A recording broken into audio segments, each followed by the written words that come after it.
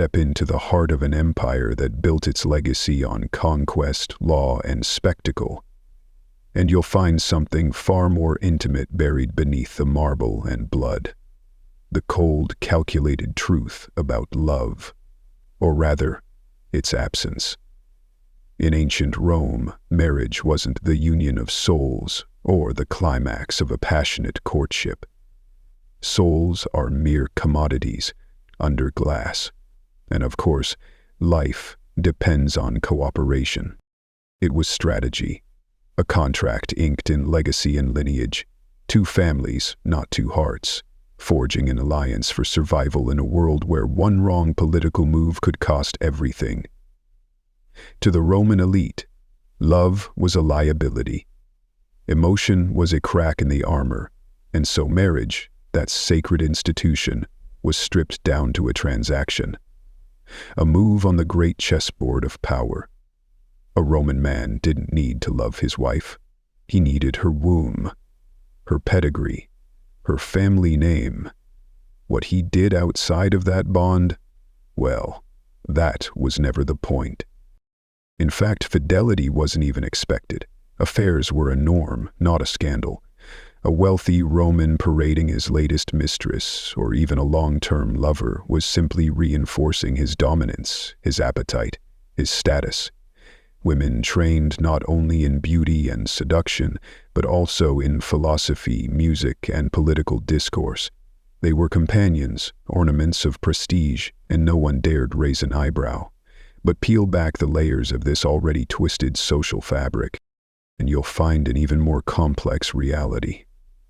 Roman men didn't just keep company with women. They formed deep, often sexual relationships with other men. And this wasn't some hidden taboo.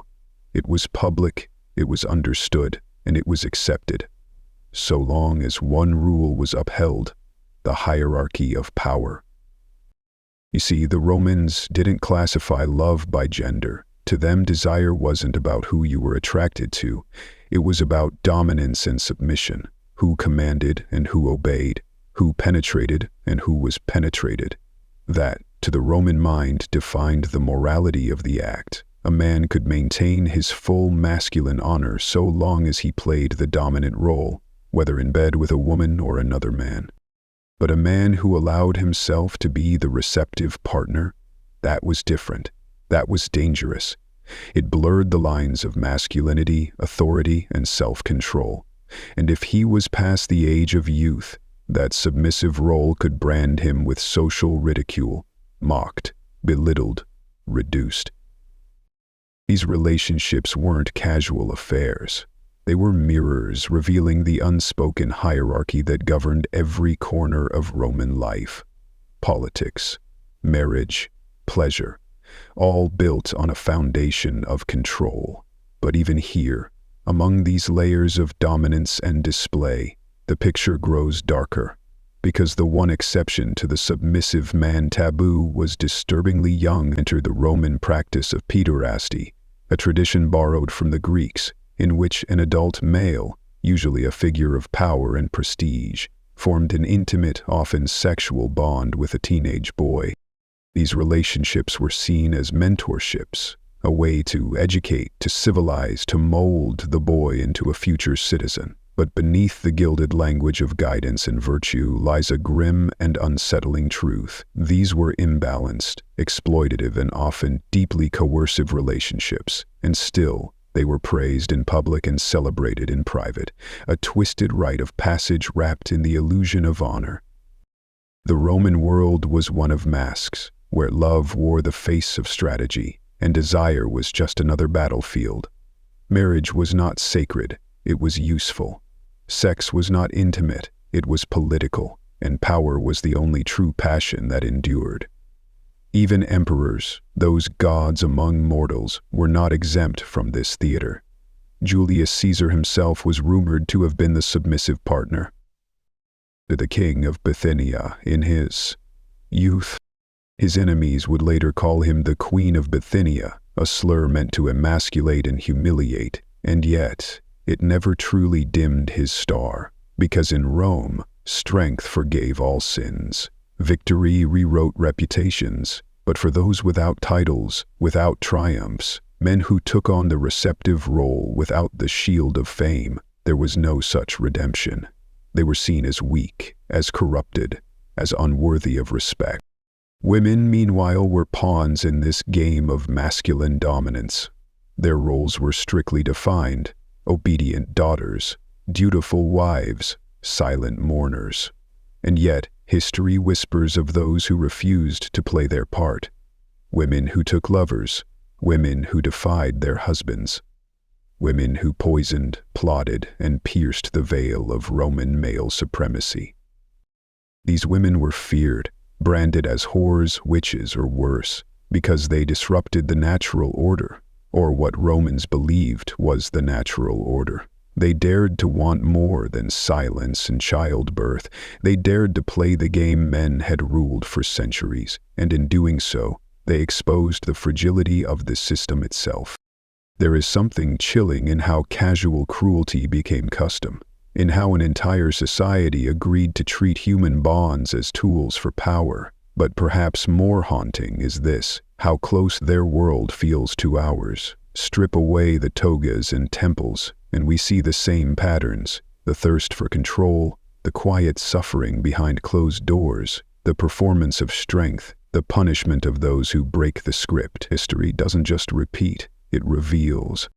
And what it reveals about Rome is not merely their strange customs or erotic freedoms, but something far more universal: the hunger to dominate others masked as love. The silence of those who suffered, the applause for those who exploited. So the next time we speak of Roman greatness, remember, beneath the architecture and law and empire was a world where love bowed to status and desire answered to power. A world where even the most intimate acts were staged performances, where a touch, a glance, a bed shared, was never just about pleasure. It was about who ruled and who was ruled. In this ancient stage, everyone wore a mask, and behind each mask, a secret the empire hoped history would forget. In the dying candlelight of a Roman villa, past midnight when the city's noise gave way to whispers, secrets stirred in the silence. Secrets not written in marble, but in the sweat of courtesans, the cries of silenced wives, and the masked desires of men too powerful to be questioned. If part one revealed the Roman obsession with control, cloaked in marriage and desire, then what came next was far more dangerous, because it dug into the blood-soaked rituals and twisted customs they left behind. For beneath the polished facade of Roman civilization lurked a darker hunger, not just to rule, but to transcend nature itself, to cheat death, to command the divine. And to do that, they didn't pray, they bled.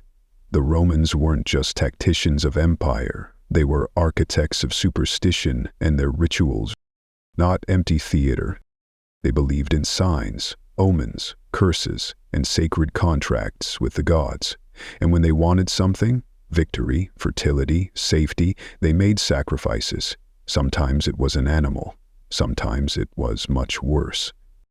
Human sacrifice wasn't a routine affair in Rome like it was among other ancient cultures, but when the stakes were high enough, even Rome bared its teeth. In 216 BCE, after a devastating defeat at the Battle of Cannae, the Romans, desperate, terrified, and humiliated, turned to the unthinkable. They buried alive 2 Gauls and 2 Greeks beneath the Forum Boarium, hoping the gods would forgive their failure and grant them vengeance. 4 people sacrificed in the heart of the capital, not in war, not in crime, but in worship. And though Rome would later claim to have outgrown such barbarism, the truth never quite vanished. Instead, it shifted into quieter rituals, hidden behind locked doors and veils of ceremony. Consider the Vestal Virgins, 6 priestesses, chosen as young girls, sworn to 30 years of chastity in service to the goddess Vesta, keeper of the sacred flame. These girls were elevated to near-divine status with privileges unheard of for women. They could own property, ride in chariots, pardon condemned prisoners. But their power came with a terrible price. If any Vestal broke her vow of celibacy, the punishment was not imminent. It was death, buried alive in a lightless tomb beneath the city, with only a few days' worth of food and a single flickering lamp, not because Rome was sadistic, but because shedding a Vestal's blood was forbidden. So they let them starve, in silence, beneath the very streets they once walked as goddesses. And the city above carried on as if nothing happened. This wasn't just cruelty. It was belief turned into law, ritual turned into punishment, and behind it, always, the idea that Rome must be kept pure, no matter the cost. But purity, in Roman eyes, had little to do with morality, and everything to do with control. Control over the gods, over women, over life itself. And nowhere was that obsession more terrifying than in Roman medicine. For all their genius in architecture and engineering, their approach to healing was a grotesque cocktail of trial, error, and agony. They understood little of infection or anatomy, but they clung to balance. The balance of humors, blood, phlegm, black bile, yellow bile. Too much of one, you'd be bled. Too little, you'd be purged, sometimes violently. And if that didn't work, well, the remedies grew stranger. Some Roman treatments called for the ashes of burned animals, others for crushed insects or the dried liver of a dog, but the most chilling were those that required the essence of the dead. Gladiator blood, believed to hold the spirit of strength and courage, was sometimes drunk by epileptics in hopes of a cure. The liver of a freshly slain beast, still warm, might be laid across a wound. And in the most extreme cases, doctors would prescribe human flesh, bones, or fat, not metaphorically, but literally, believing that consuming the body of another could transfer health, power, or even youth. These were not fringe beliefs. They were endorsed by Roman thinkers, doctors, philosophers. To the Roman mind, the body was a battlefield, and anything was fair in the war against death. But even as they tried to master the body, the Romans were haunted by the world they could not see. Ghosts, curses, spirits of the unburied dead. They believed that those who died without proper rites could not rest, and would return, howling, whispering, gnawing at the edges of the living world. To protect themselves, Romans inscribed curses on lead tablets, folded and pierced them with nails, and buried them in tombs, wells, or sacred places. These defictiones were spells of harm, called upon to maim a rival, poison a lover, destroy a business competitor. Some even called upon underworld gods to torment the target until they succumbed. These curses weren't seen as evil, they were justice, a kind of supernatural lawsuit, written in desperation by the powerless against the powerful, and sometimes by the powerful against each other. In one tomb, a curse tablet was found with the words, "Crush the eyes, the limbs, the liver. Let him not speak, nor sleep, nor succeed," a whisper of hatred sealed in lead meant to echo forever in darkness. And this is where Rome becomes unrecognizable, because it wasn't just swords and roads and columns. It was fear, superstition, ritual cruelty, a world where gods demanded silence, where healing meant suffering, and where power hid behind suffering and death. They built temples, but they also built tombs. They worshipped law, but they buried girls alive. They cured the sick with blood. And perhaps what makes this darkness so haunting is how familiar it feels. Strip away the Latin, the togas, the marble, and we're left with a mirror, a reflection of ourselves. The way we still sacrifice truth for power, the way rituals, social, political, even medical, become cages, the way we punish those who break the rules, not because they harmed others, but because they disobeyed a system built on illusion. Rome fell, but its shadows did not. They linger in our laws, our medicine, our myths. They whisper through time, reminding us that civilization is not the absence of darkness. It is simply a more elegant cage for it. Beneath the ruins of Rome, beneath the amphitheaters and palaces, lies something older than empire and more enduring than stone. Silence. A silence soaked in the cries of the forgotten, the tortured, the erased. Because Rome, glorious, brutal Rome, didn't just conquer with swords. It erased with shame. It rewrote lives, rebranded sins as honor, and turned humanity into spectacle. And nowhere was this more grotesquely clear than in the arena. To understand the Roman soul, you must walk into the Colosseum, not as a tourist, but as a witness. Smell the iron in the air. Hear the crowds roar like thunder in a cage. Feel the sweat-soaked sand beneath your feet. This wasn't entertainment. It was ritualized violence. Blood as theater, death as policy. The masses weren't just watching. They were being fed something primal, something addictive. And the bodies fed it willingly, or they were dragged. Gladiators, those icons of Roman legend, were not heroes. They were slaves, prisoners, condemned criminals, human beings stripped of names, identities, even voices, trained like animals, starved of everything but rage, and still, Rome called them warriors.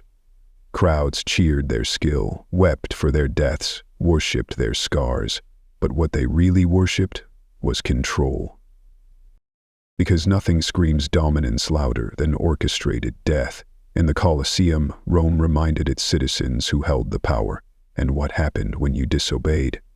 Some gladiators fought for survival, others for the slim chance at freedom, but most knew they were currency, a spectacle bought in blood. And if you think the violence was limited to the sword, you haven't heard what happened when the games got creative. Exotic animals were imported from across the empire. Lions, bears, crocodiles, even elephants. Not for admiration, for slaughter. Sometimes the beasts fought each other. Other times they tore condemned prisoners limb from limb for the crowd's amusement. There were entire mornings of executions. Hundreds of people mauled, burned, or crucified in elaborate performances. One man might be dressed as a mythical figure like Prometheus and then chained to a rock while an eagle ripped into his flesh, reenacting the story in gore.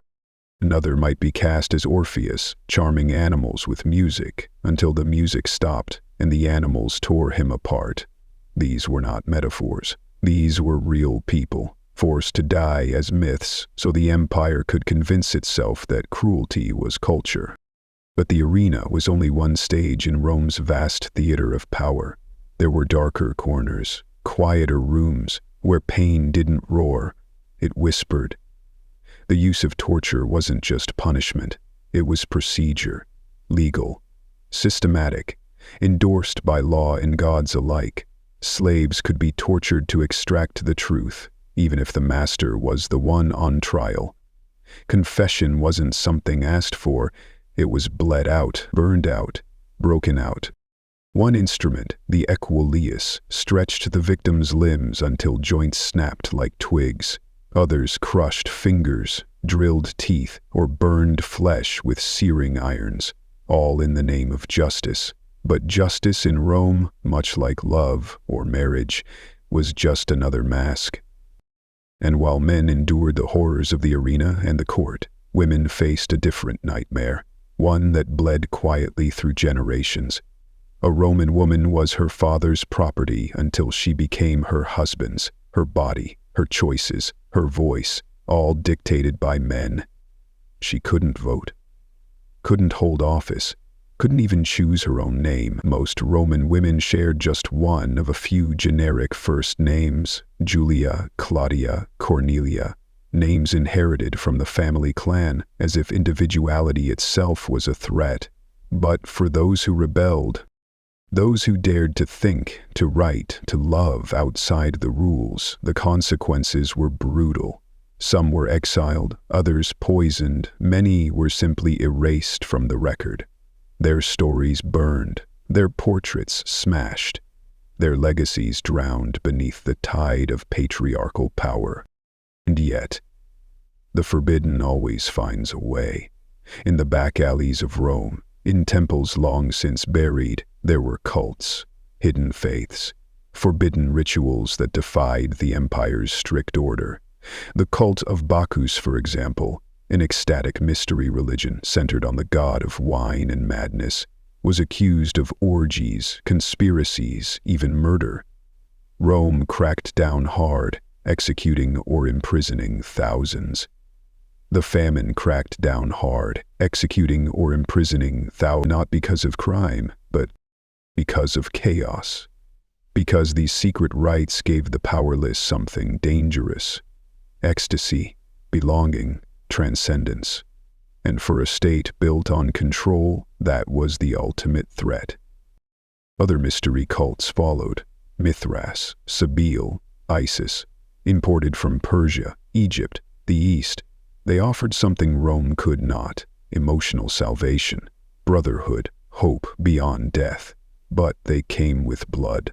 Initiates of the cult of Mithras, for instance, were said to be bathed in the blood of a freshly slain bull, a ritual known as the Taurobolium. They would stand in a pit below a platform as the sacred beast's throat was slit above them and the warm blood rained down. It was a symbolic rebirth through death. And yet people chose this, because even in the darkest systems, the human soul craves meaning, even if it must bathe in blood to find it. So what then does all of this mean? Was Rome simply monstrous, or was it a mirror showing us what any civilization becomes when control replaces compassion, when entertainment is carved from human suffering, when law bends to power and truth is sacrificed at the altar of empire? Rome didn't die because it was weak. It died because it consumed itself.